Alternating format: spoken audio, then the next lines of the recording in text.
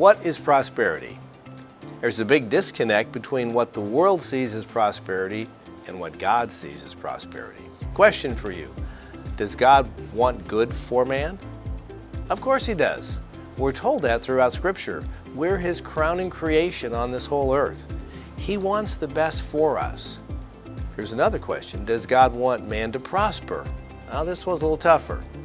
I'm going to go with maybe on this one. It gets back to your view of God. How big is your God? Is He passive or active? Is He divine or is He a dictator? Your friend or your foe? Is He sovereign or is He Santa? What is your view of God? Is He your emergency phone a friend when you do something stupid or in a bad situation? How does your view of God define your view of prosperity? The dictionary says that it's a successful, flourishing, or thriving condition, especially in financial respects. Good fortune. Okay, so that made me think, what's the definition of good fortune? It's an auspicious state resulting from favorable outcomes. Okay, that makes sense if you know what auspicious means. So I looked that one up too, and it means good luck. Oops, that's not what I expected to find at all. So if you're being prosperous, does that mean it's all by luck? Absolutely not. Does it mean that it's all by God? Absolutely yes.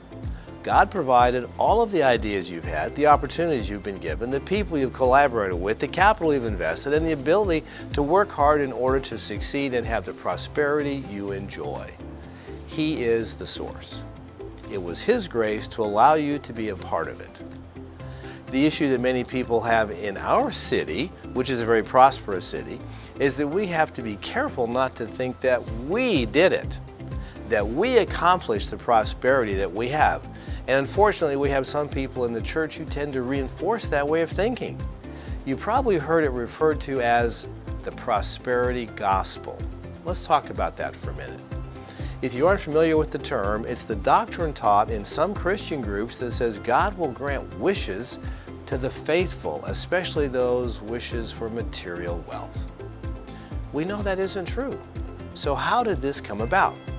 2 Timothy 4:3 says, "For a time is coming when people will no longer listen to sound and wholesome teaching. They will follow their own desires and will look for teachers who will tell them whatever their itching ears want to hear. They will reject the truth and chase after myths." In other words, people will only hear what they want to hear. Sound familiar?